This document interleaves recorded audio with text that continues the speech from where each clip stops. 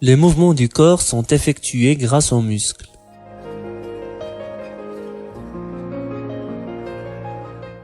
En se contractant, le muscle se réduit en longueur et arrive ainsi à rapprocher les deux os sur lesquels il est inséré.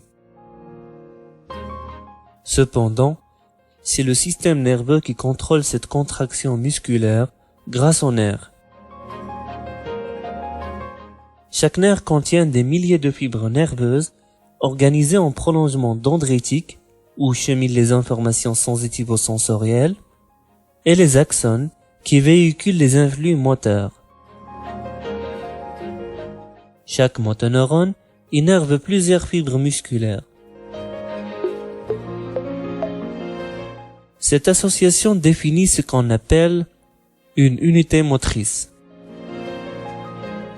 En général, moins il y a de fibres musculaires dans une unité motrice, plus le mouvement est précis.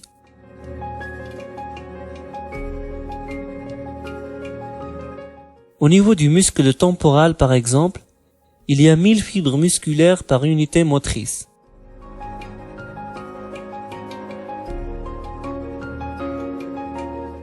Alors qu'au niveau des muscles oculaires externes, il y en a que 5, ce qui témoigne du degré de précision des mouvements de l'œil.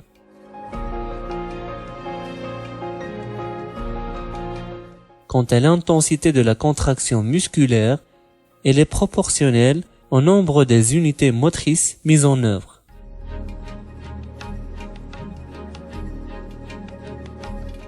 Un motoneurone donne plusieurs terminaisons s'éparpillant parfois sur toute l'épaisseur d'un muscle.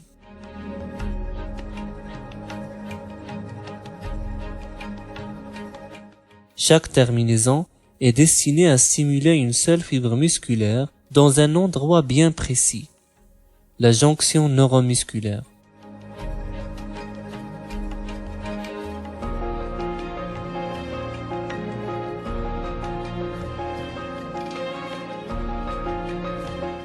Juste avant la terminaison axonale, le motoneurone perd sa gaine de myéline et forme un bouton terminal.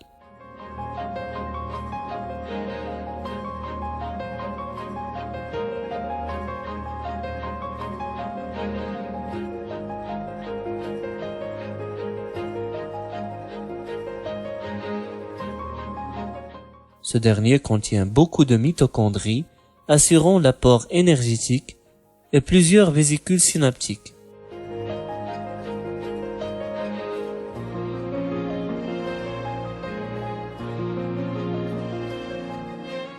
Chaque vésicule renferme environ 10 000 molécules d'acétylcholine, le neurotransmetteur exclusif de la jonction neuromusculaire.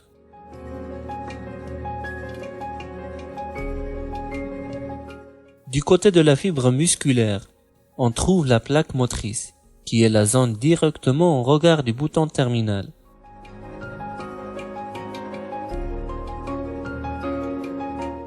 La plaque motrice, épaisse et électriquement non excitable, forme des replis jonctionnels qui augmentent le volume de la fente synaptique.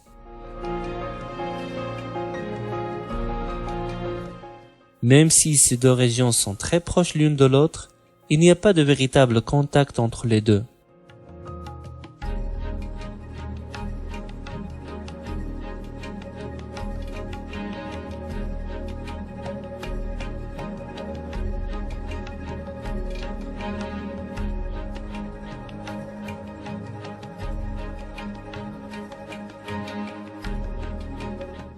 Une fois arrivé à la terminaison nerveuse, l'influx moteur provoque l'ouverture des canaux calciques, ce qui déclenche une entrée massive des ions de calcium à l'intérieur de la cellule.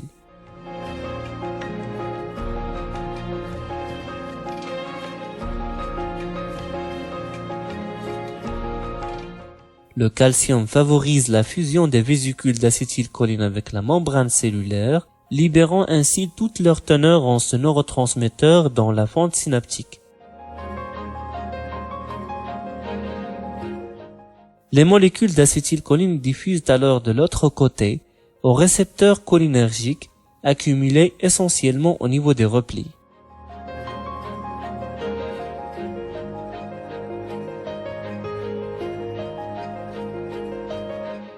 La liaison de deux molécules d'acétylcholine à un récepteur provoque l'ouverture d'un canal sodique, ce qui favorise l'entrée des ions de sodium à l'intérieur de la fibre musculaire, dépolarisant ainsi la membrane postsynaptique et créant un potentiel de plaque.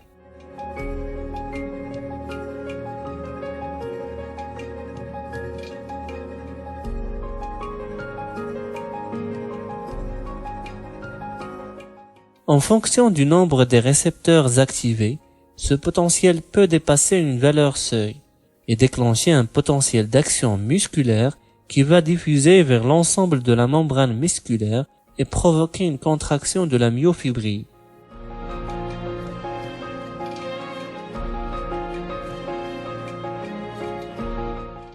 Les molécules d'acétylcholine sont rapidement détruites par une enzyme, l'acétylcholinestérase, présente au niveau de l'espace synaptique.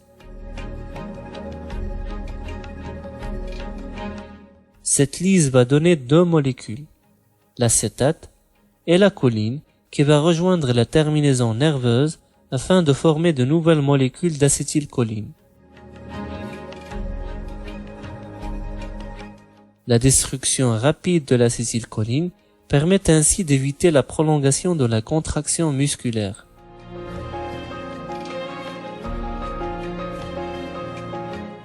Il peut y avoir une libération minime d'acétylcholine par exocytose spontanée dans l'espace synaptique, en dehors de toute stimulation nerveuse.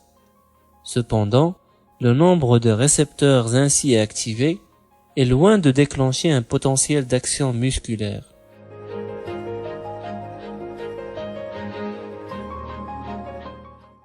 Une unité motrice égale un motoneurone et l'ensemble des fibres musculaires qu'il innerve. La transmission neuromusculaire se fait au niveau de la jonction neuromusculaire qui comporte un bouton terminal, élément nerveux, et une plaque motrice, élément musculaire.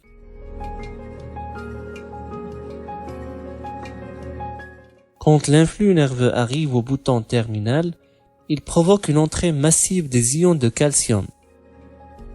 Ce dernier favorise la fusion des vésicules synaptiques avec la membrane plasmique, libérant ainsi leur teneur en acétylcholine.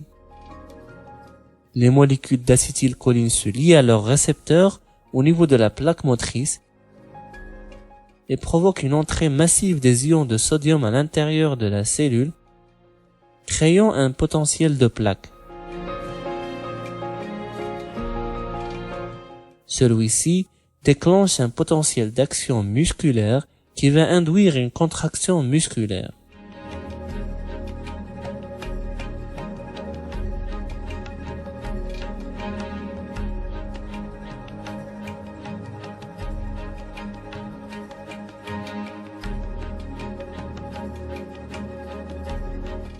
Les molécules d'acétylcholine sont rapidement dégradées par l'acétylcholinestérase, évitant ainsi la prolongation de la contraction musculaire.